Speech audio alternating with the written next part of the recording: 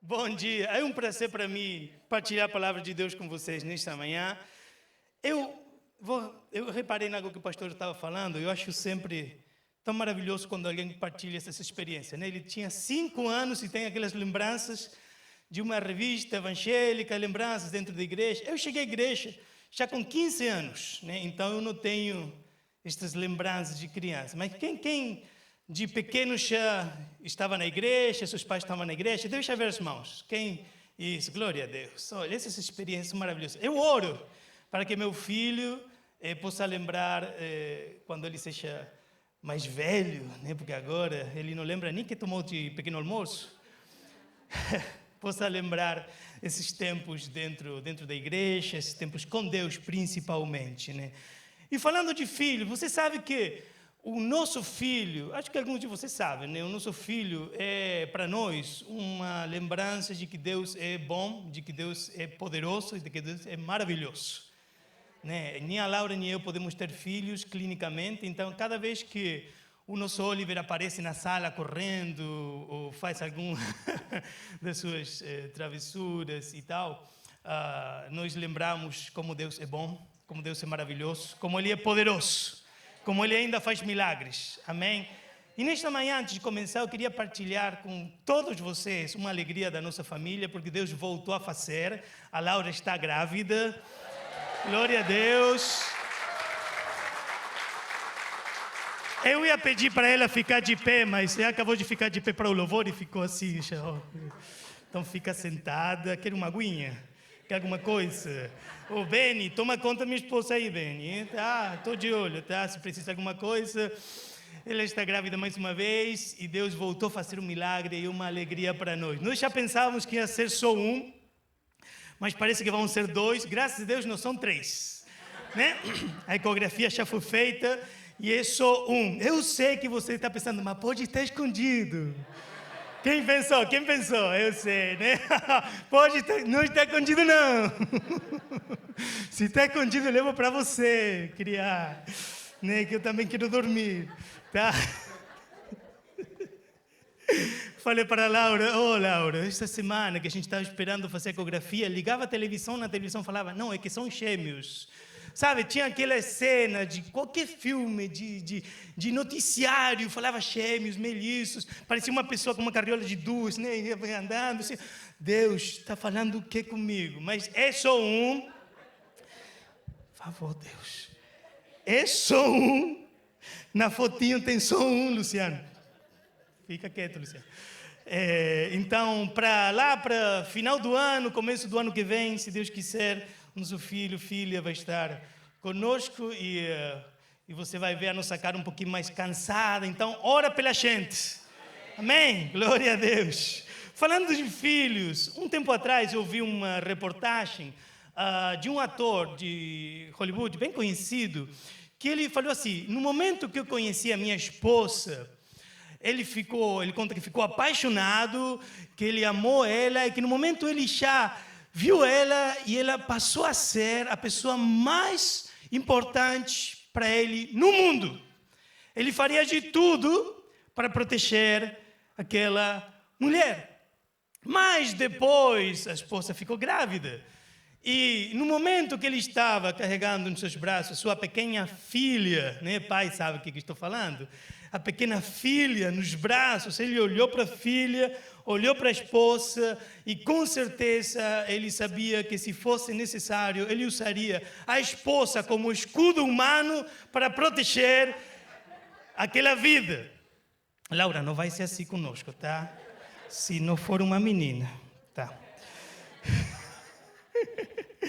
E essa história sempre me faz lembrar que nós agregamos, damos um valor de sacrifício para cada um dos relacionamentos que nos damos. E eu vou explicar, né?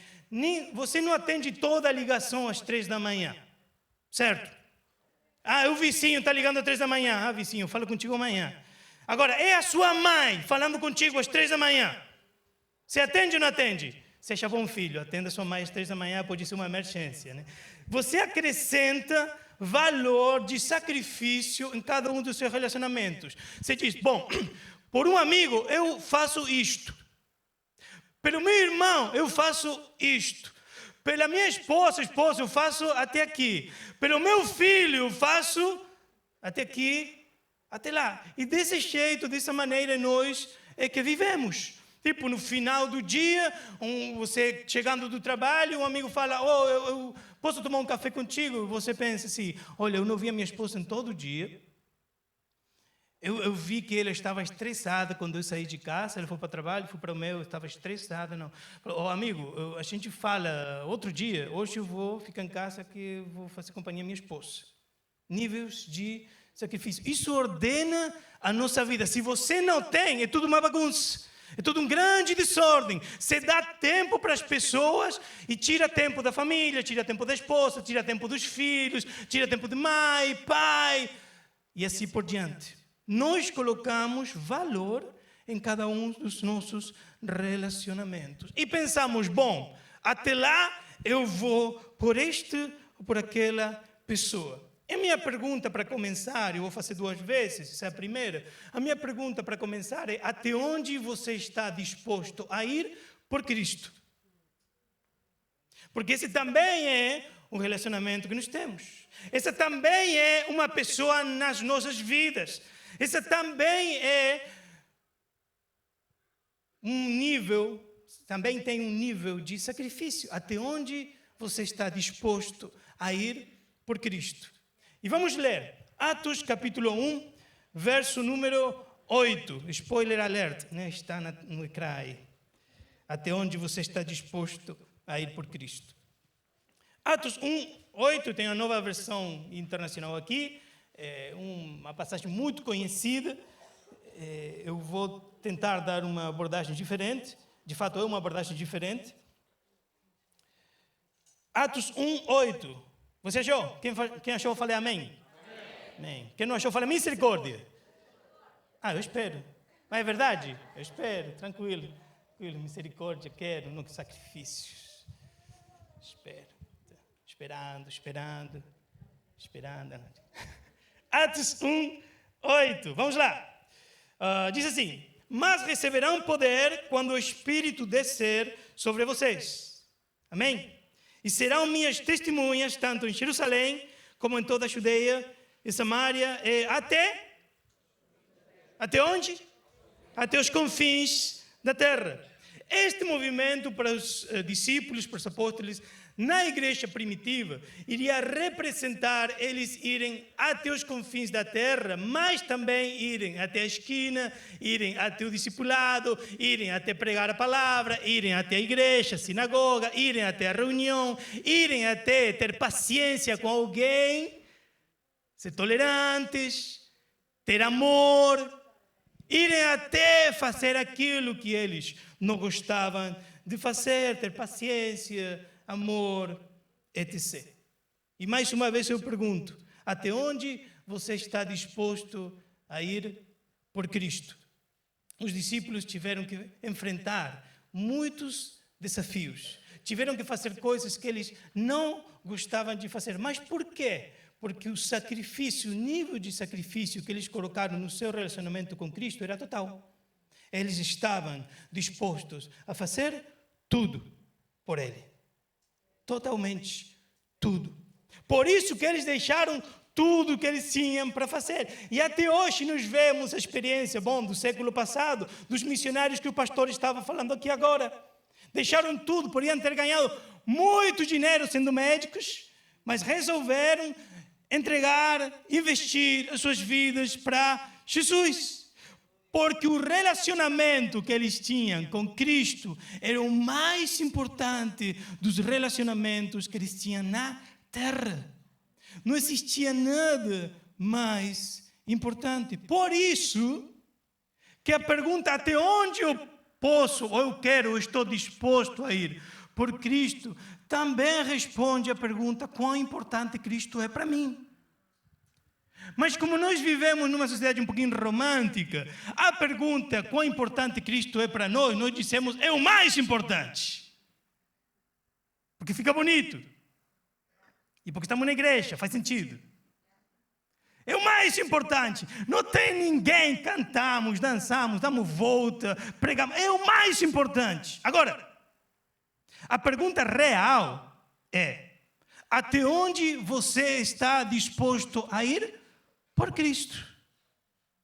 E eu quero partilhar com vocês 3 pontos para que nós possamos pensar nisto. Está comigo? Vamos pensar nisto, vamos refletir nesta pergunta e vamos ver o que Deus está pedindo em Atos 1:8, o que Cristo está pedindo em Atos 1:8 e como estamos nós, hoje, a igreja, no 2024, respondendo a esse chamado. Amém? Ok. Primeira coisa que eu entendo é que o nosso compromisso com Cristo tem que nos levar à igreja. E esse é o nível básico dos básicos, mas hoje as pessoas até receiam se ir ou não ir na igreja. E glória a Deus pela tecnologia, tá? Eu sei que tem pessoas lá online assistindo, mas espero que seja por doença ou porque está de viagem. E não que seja um costume da sua vida espiritual. Porque Deus está chamando você até os confins da terra, mas primeiro está a igreja. Há pessoas que sentem que têm chamado missionário, mas não conseguem vir na igreja. Um tempo era diretor de uma escola de missões nos Estados Unidos e sempre ria com a Laura, né? Não ria com as pessoas, mas viviam as pessoas que faziam umas perguntas. Tipo, pastor, eu tenho chamado para ir para a China, o que é que eu faço? Você fala chinês? Não, amanhã vai lá e se matricula no curso de chinês. Vai para a China, assim fala chinês, faz o quê? Está na escola de missões? Não, está bem, entra lá. E as perguntas essas que vinham sempre. Pastor, tem chamado missionário, mas na igreja não tem missões. E a pergunta sempre sabia que tinha aí uma reviravolta aí, né? O pastor vai me falar, vai embora dessa igreja é do diabo. Satanás está naquela igreja. Não. Jesus está chamando você para fazer missões, sua igreja não tem missões, a primeira coisa que você tem que fazer é abrir departamento de missões na sua igreja. É o primeiro desafio, eu ficava assim, não esperava por essa resposta. Mas, às vezes, nós sentimos um chamado com fins da terra, mas nós não temos a vontade, escuta bem, a tolerância, a paciência e o amor de participar de uma igreja normal. A igreja perfeita não existe. Se você achar, não entra que estraga. Tá bom? Você achou a igreja perfeita? Não entra. Deixa eles felizes, que eles estão bem sem você. Se entrar lá, estraga tudo. Igreja perfeita não existe. Então a igreja é uma comunidade de pessoas imperfeitas que estão à procura de Deus. E a sua vontade, e a sua presença, e o seu amor, e a sua transformação. Então, pelo fato de não sermos perfeitos, às vezes podemos nos magoar uns aos outros. A Bíblia diz para orar uns pelos outros, né? Mas a gente às vezes magoar uns aos outros, né? Pelo simples fato de serem perfeitos, né? Levante a mão quem às vezes está de mau humor. Obrigado, igreja sincera, né? Olha, eu estava preparado para ninguém levantar a mão. Eu hoje estou de mau humor, estou aqui pregando. E faz parte da nossa natureza. Nós temos esta condição, que é difícil, que a gente não dorme bem, ou tem algum problema, ou alguma coisa que estressa, que você não consegue tirar da cabeça. Quantas vezes eu chego na igreja e o louvor é maravilhoso, estou lá dentro do louvor, de repente vem de novo aquela ideia, aquilo que me estressa. Eu saio da presença, depois entro na presença, saio na presença, entro na presença, porque estou lidando com o que tem aqui, que longe está de ser perfeito, longe está de ser uma constante situação espiritual diante de Deus, porque lutamos o tempo todo, porque somos imperfeitos. Então a igreja do Senhor Jesus Cristo não tem que ser, não tem como ser um grupo de pessoas perfeitos, mas Deus nos chama à igreja. O nosso compromisso com Cristo pelo menos, basicamente, tem que nos levar à igreja. Olha, no momento que nós começamos a duvidar de ir na igreja, isso significa que é um alerta, que o nosso nível de compromisso está num nível muito baixo. E se começa a piscar assim esse alerta, domingo de manhã, vai na igreja hoje. Na igreja. Está como aquele filho, não queria acordar. Filho, acorda que tem que ir na igreja. Não, mas hoje não quero. Filho, acorda que você é o pastor da igreja. Filho, acorda, por Deus. Vai lá que você é pastor da igreja. Tem que abrir a igreja. Mas é um pisca-pisca, sabe? Um alerta que está lá. Você diz, isso não acontece. Acontece com todo mundo. Se nós deixamos estar a nossa relação espiritual com Deus, acontece com todo mundo. Glória a Deus por aqueles que acordam de manhã e pulam para a igreja. Mas às vezes não. Mas nós temos que lutar com isso e temos que vencer essa batalha. É a batalha básica. Porque se nós não estamos na igreja, vamos lá, vou descansar em casa, você não descansa. Você fica estressado. Você precisa de renovação de Deus. Você precisa de palavra de Deus. Você precisa de orientação. Você precisa de um abraço. Olha, eu falava com a Laura. Eu não sei se a palavra em português é a mesma. Ermitânio. Ermitânio existe, não? Ermita. Obrigado. Ermita. Eu falava para a Laura, se eu não fosse crente, eu seria um ermita. Eu viveria numa montanha, rodeado de árvores, numa cabanha, caçando não, pediria na Globo comida. Mas porque eu não... É minha natureza. Eu gosto de estar sozinho, eu curto estar sozinho. Mas não é a ideia de Deus. E por que eu levanto isso? Porque eu preciso do abraço da igreja. Eu preciso do abraço da igreja. Às vezes a pregação é maravilhosa, o louvor é maravilhoso, mas eu preciso do abraço. Por quê? Porque eu naturalmente tenho uma tendência, uma inclinação a ficar sozinho. Você percebe? A igreja é o plano de Deus para a nossa vida. E pela igreja vamos alcançar os confins da terra.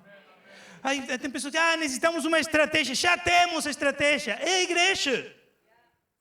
Por isso que a estratégia de missões sempre é a plantação de igreja. De que serve eu ir pregar se não tem igreja? Tem que ser estabelecido alguma coisa. Senão aquele que se converte fica com quem? Eu demorei muito tempo a entender isto. O plano de Deus é a igreja. Por quê? Porque na igreja Deus está presente. De uma maneira especial. E não no templo, no congregar dos irmãos. Deus está presente. Porque é vontade de Deus e Ele está aí conosco. Amém?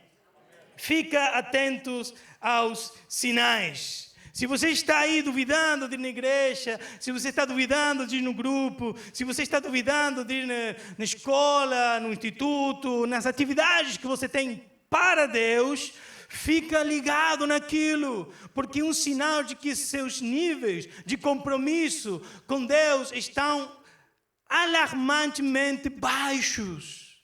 Nós precisamos uns dos outros.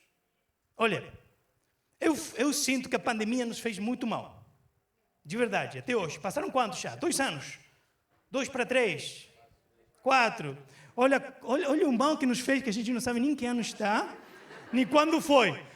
Não parece que um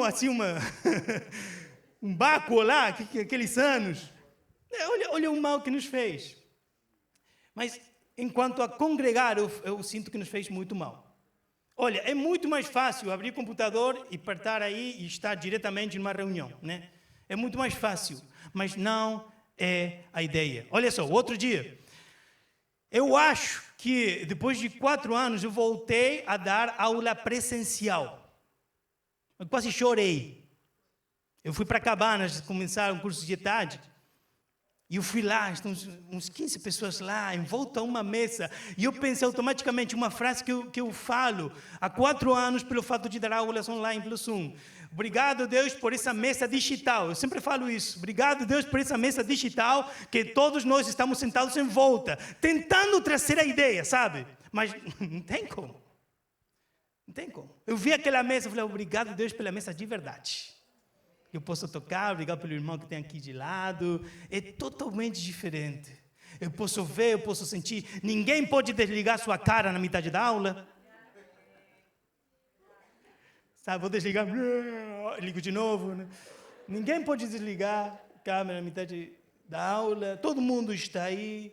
Ninguém podia esconder suas expressões, ninguém podia esconder as suas palavras, podem falar rápido, levanta a mão, não tem uma manhinha digital que faz assim, não é a mão de verdade. É maravilhoso. E agora, finaliza a aula. O que acontece em Zoom? Desligou, está na sua casa, de shorts lá. Muda de costas, tanto está sentado.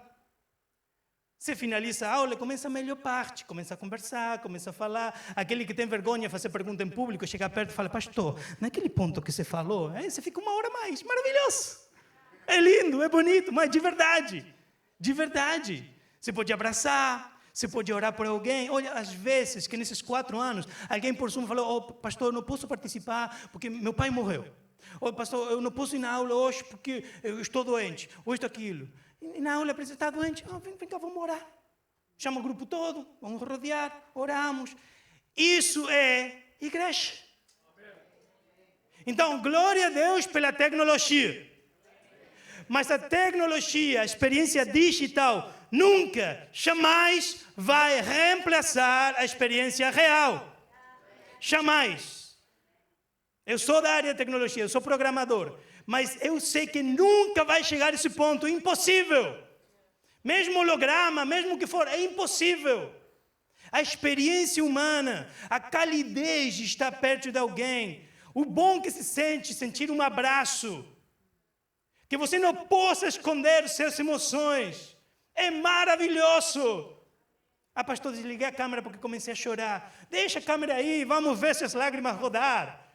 Vamos orar por você. Vamos experimentar isto, porque somos pessoas que têm sentimentos. E a igreja é isto, é a comunidade de pessoas imperfeitas. E eu sei que nós, até as novas gerações, gostam muito de tecnologia, mas deixa um vazio enorme. Pessoas com mais de 10 mil seguidores no Instagram se suicidam. Porque há um vazio real, há um vácuo.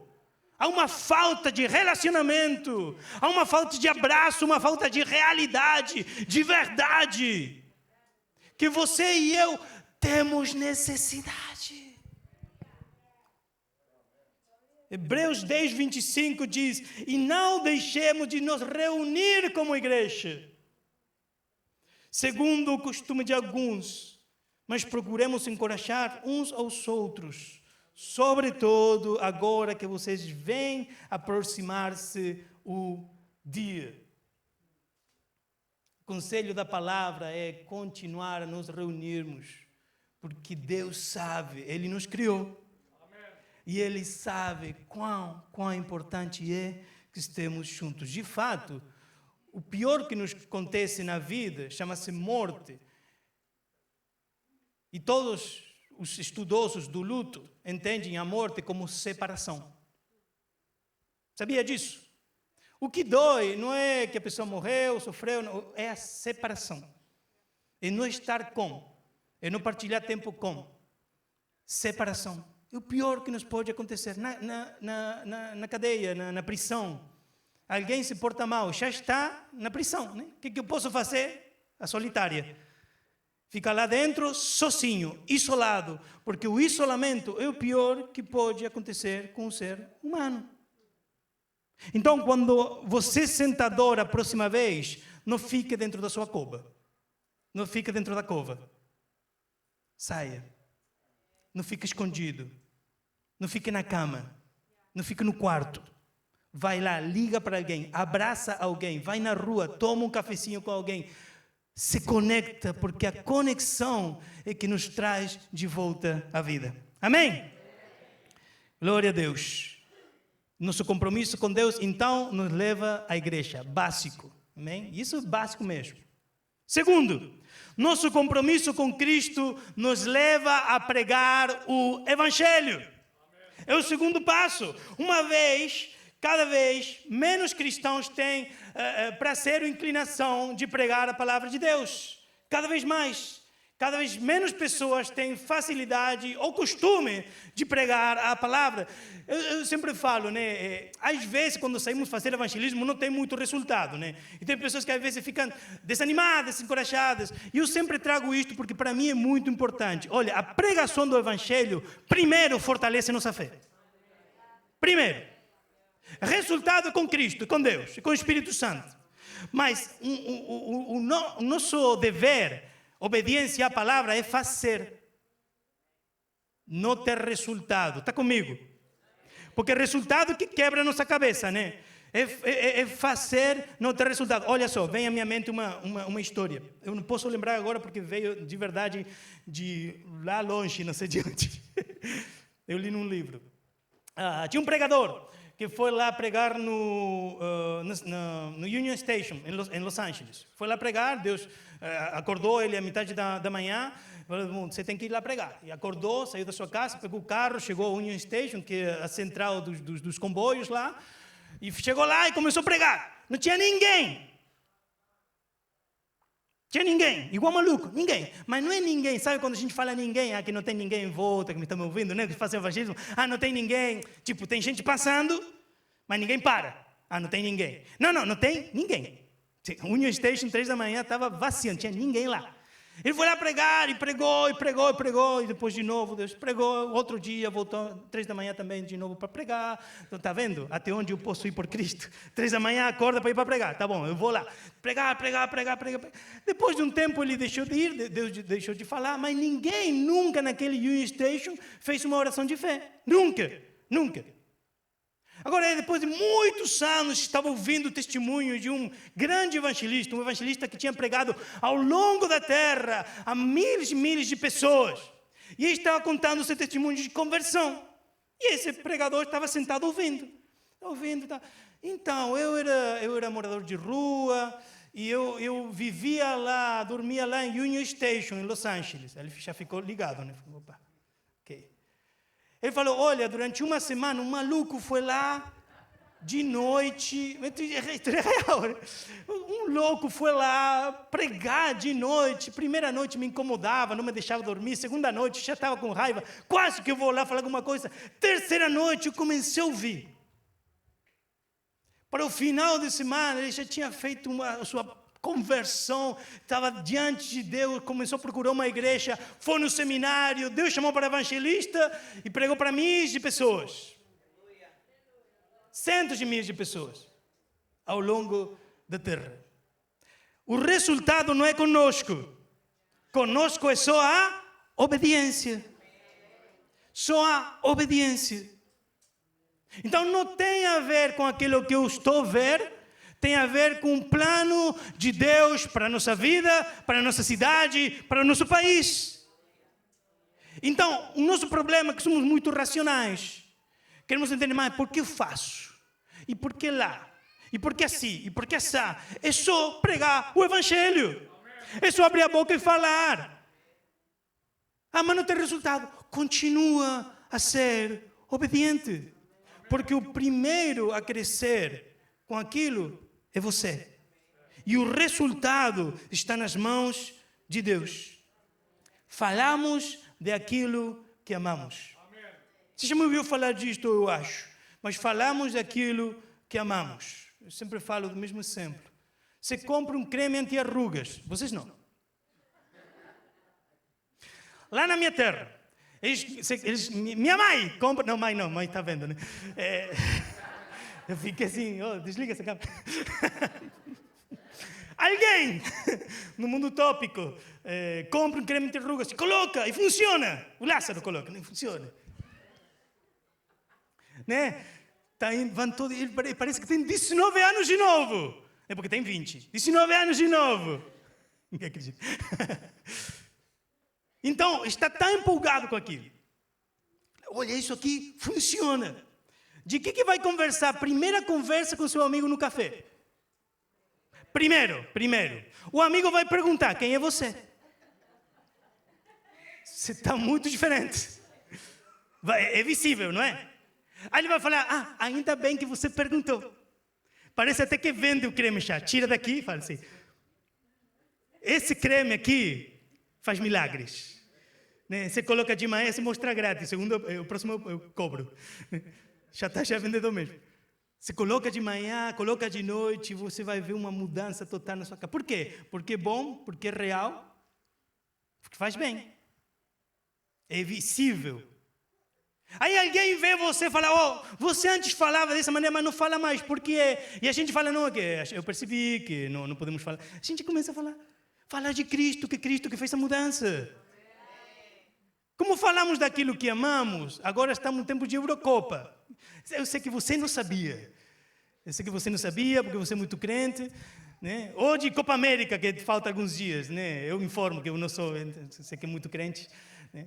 Mas tem gente que agora, nesse tempo, só fala em futebol. Eu fui cortar o cabelo outro dia, e perguntei, eu vou puxar conversa com um barbeiro aqui. Eu perguntei, e a Eurocopa começa? Eu não sei quando começa. Eu só sei quando joga Portugal.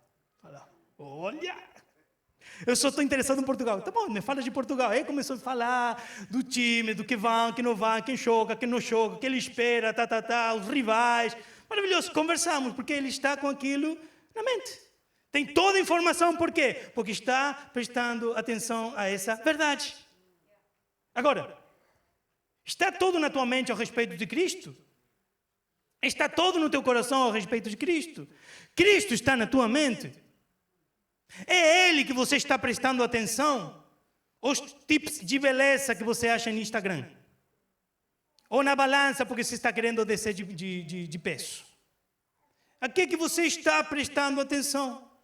Se Cristo está na sua mente, se você está prestando atenção a Cristo, Cristo é o primeiro que sai da boca. Está comigo?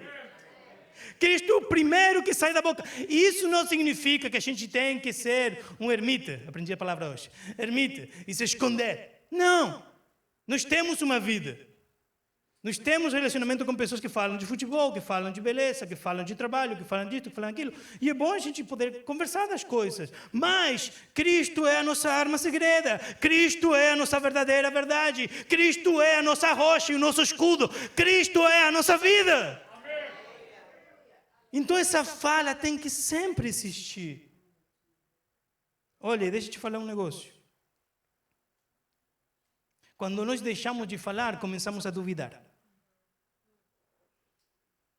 Sabe por quê? Porque você é o primeiro em perceber a sua hipocrisia.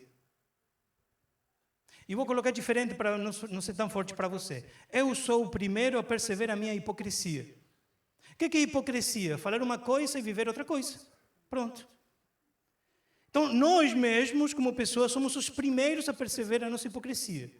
Como somos muito lógicos, ergo, pensamos que, na verdade, não acreditamos naquilo. Porque escondemos, porque não falamos, porque não partilhamos. Por isso que a pregação do Evangelho é uma disciplina espiritual que nos faz crescer. Não partilhar está estancando o nosso crescimento espiritual. Quem quer crescer espiritualmente? Deixa eu ver. Eu quero, claro que sim. E para isso estão disciplinas. Eu oro, eu leio, eu faço jejum, a vigília, o silêncio, o retiro, comunidade, serviço e pregação do Evangelho. A pregação do Evangelho me faz afirmar aquilo que eu digo que eu sou. Por isso que por lá fala que eu não me envergonho do Evangelho, porque ele é poder de Deus para a salvação. Por que eu gosto muito da teologia de Paulinho? Né? Por quê? Porque se eu não falo, porque se eu me envergonho, na fala está falando que alguns estavam se envergonhando. Está assumindo que alguns estavam envergonhando. E isso é perigoso para nós. Está comigo, irmão? Amém. A palavra de Deus é para nós. E em nós, eu estou incluído. Ok? Deus está chamando a sua igreja até os confins da terra. Mas para isso a igreja tem que ir na igreja e pregar o Evangelho. Antes de chegar ao ponto mais forte. Mas espera, pastor, ponto mais forte? O ponto mais forte. Nosso compromisso com Cristo leva-nos a fazer a sua vontade. Isto já é além de 2 horas no domingo. Isto é além de algum momento na semana que eu vou aqui lá para pregar o Evangelho. Fora que a pregação do Evangelho é um estilo de vida. Mas é mais do que um simples encontro que eu vou lá na praça e prego. Não. Fazer a vontade de Deus é todo dia, toda hora. Fazer a vontade de Deus é me perguntar o tempo todo se aquilo que estou a fazer agrada a Deus. Aquela pirâmide de ética, né?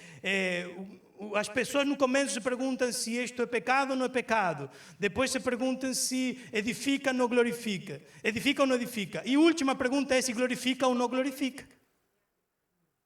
Se nós respondemos a pergunta mais importante, se glorifica ou não glorifica, com certeza não é pecado e com certeza edifica. Por isso que uma melhor pergunta, perguntar se aquilo glorifica ou não glorifica a Deus. Se você não entendeu, me pergunta depois, eu explico. Demora muito a explicar. Mas nesta ideia, a minha vida está glorificando a Deus? Já não é, mas não é pecado, pastor. Eu não estou perguntando se é pecado. Não estou perguntando. Porque tem coisas que não são pecado, mas não glorificam a Deus. Estou perguntando isso. Mas estou crescendo, pastor. Eu não perguntei se edifica ou não edifica. Porque ficar nos Estados Unidos e trabalhar de médico edifica a carteira, né? Edifica a conta. Não estou falando disso. Estou perguntando se glorifica ou não glorifica a Deus. Tipo, isso que eu faço é um louvor que sube a Deus e agrada a Deus? Ou não? Fazer a vontade de Deus é o ponto mais alto de uma jornada espiritual. E eu explico com um exemplo bíblico. Olha só, temos o exemplo de Jesus no Getsemane. Indo um pouco mais adiante, prostrou-se com o rosto em terra e orou. Meu Pai, se for possível, afasta de mim este cálice. Contudo, não seja como eu quero, mas sim como tu queres. Em Mateus 26, 39. Jesus, no final do seu ministério, de fato, já tinha pregado, ele já tinha ensinado, tinha feito tanta coisa. Mas no final do seu ministério, ele tinha que se enfrentar à vontade de Deus. E a vontade de Deus para Cristo, nesse momento, não era bonita. Não era bom. Agora tem um filme, né? Mas não é final de filme. Não é final de filme. Não é aquela coisa romântica e um anjo pegou ele na cruz. Não.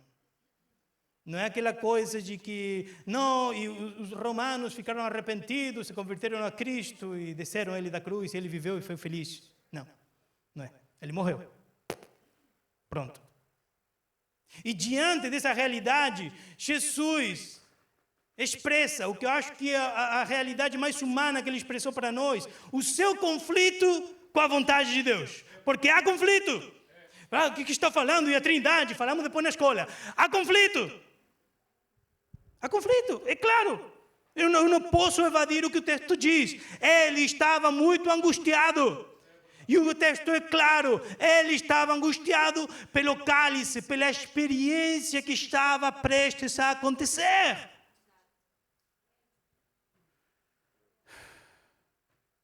Ele estava sofrendo. Um dos relatos fala que sangue caía, como se chorasse, ou como se o estresse fora tal que os pigmentos do rosto explotassem um pouquinho, que é um pouquinho de sangue. A expressão é de estresse total. É de dor, é de angústia.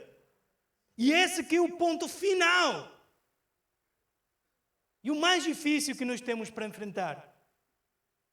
Porque muitas vezes a vontade de Deus não tem nada a ver com a nossa vontade. E isso é duro para ouvir na nossa geração, no nosso tempo, onde todos nós estamos de trás de sonhos, de trás de conquista, de trás de carreira. E glória a Deus por isso, não dizendo que Deus está em contra de tudo. Mas a importância de se perguntar, Deus, qual é a tua vontade? E é o momento de persegui-la, vivê-la. Deus está chamando a sua igreja até os confins da terra. Mas temos que passar pela igreja. Temos que passar pela pregação do Evangelho. E temos que chegar ao nosso enfrentamento último, à vontade de Deus. Olha só, e se você faz tempo que não se faz essa pergunta, meu irmão, quanto tempo você dirige sem olhar o GPS? Não você que conhece aqui, imagina que vai para a Groenlândia. Quanto tempo você dirige sem olhar o GPS? Quanto tempo? Antes de você perceber que está em cima de um glaciar. Quanto tempo? Claro que não. Você vai numa cidade nova, graças a Deus pelo GPS, coloca lá e você vai. E tem pessoas que gostam de conversar quando dirigem. Quem conhece alguém? E são maravilhosos porque não podem conversar se não olham no olho de você.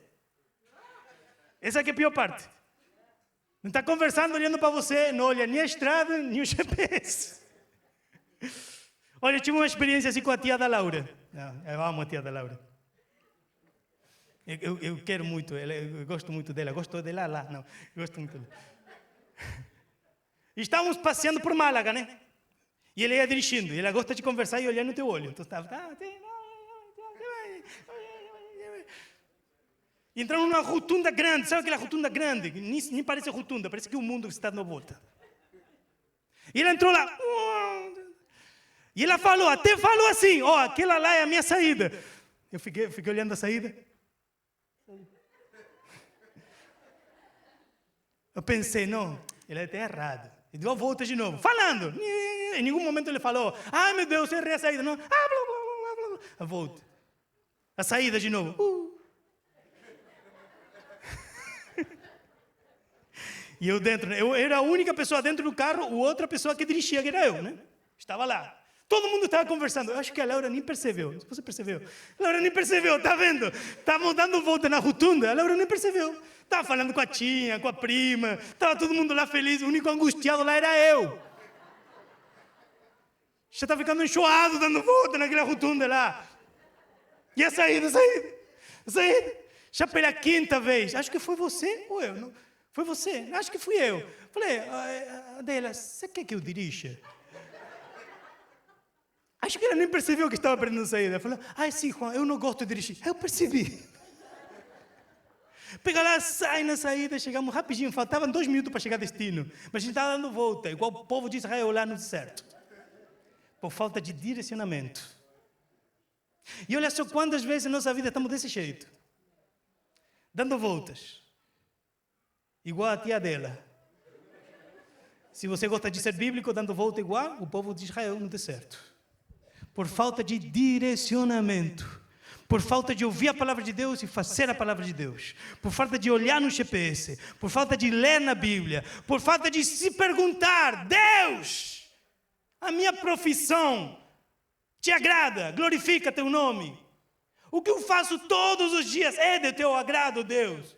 E por que isso é difícil? Porque essa é a pergunta que muda tudo na nossa vida. Totalmente tudo. Que você abandone uma bolsa universitária, que você deixe um trabalho, que você faz isso, faz aquilo, para a glória de Deus, não na loucura da sua vida, para a glória de Deus, direcionado por Deus. Porque Deus ainda faz isso. Eu não posso deixar de acreditar que Deus ainda chama a sua igreja. Nós vemos muito bonitos na igreja, glória a Deus. Mas eu vejo vocês e sei que Deus vai levar alguns para longe. E não por trabalho, por missão. Deus está chamando a sua igreja. Deus está a chamar. Estás disposto a renunciar aos teus projetos pessoais para viver os projetos de Deus? E não fica nervoso, tá? Uma vez estava pregando disto no Brasil, já vou finalizando.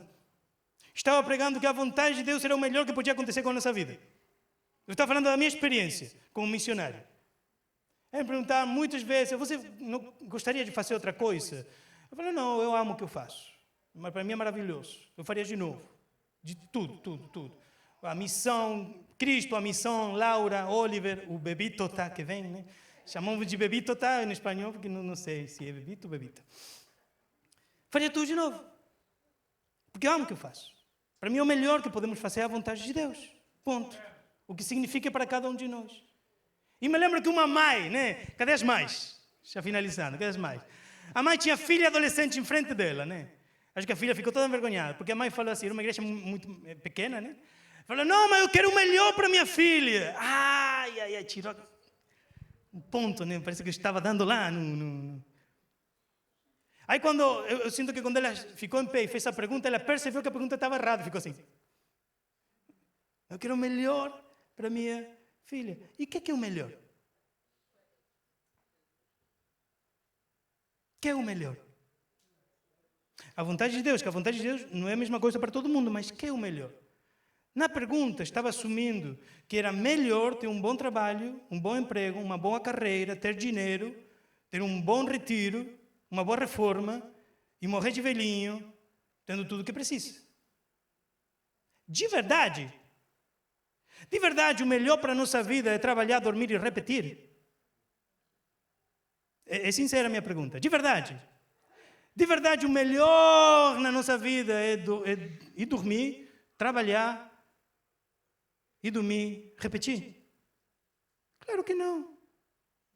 Claro que não. Cadê o reino de Deus aí? Cadê o reino de Deus? Cadê a pregação do Evangelho? Cadê a igreja? Cadê a missão? Cadê o sobrenatural? O Espírito Santo desceu no Pentecostes para empoderar, para capacitar a sua igreja para dormir, trabalhar e repetir? Não. E é o mesmo Espírito Santo que empodera a igreja hoje. Para quê? Para que nós possamos viver o melhor de Deus. E claro, vamos trabalhar, mas há muito mais na vida. Deus quer usar você para trazer esperança. Deus quer usar você para trazer vida. Deus quer usar você para orar pelos doentes. Deus quer usar você para trazer liberdade. Em nome de Jesus. Mesmo você no centro de Portugal, estando aqui, você achando que veio por trabalho, não veio, não. Deus trouxe você com uma missão, com um propósito. Deus quer usar sua família. Em nome de Jesus.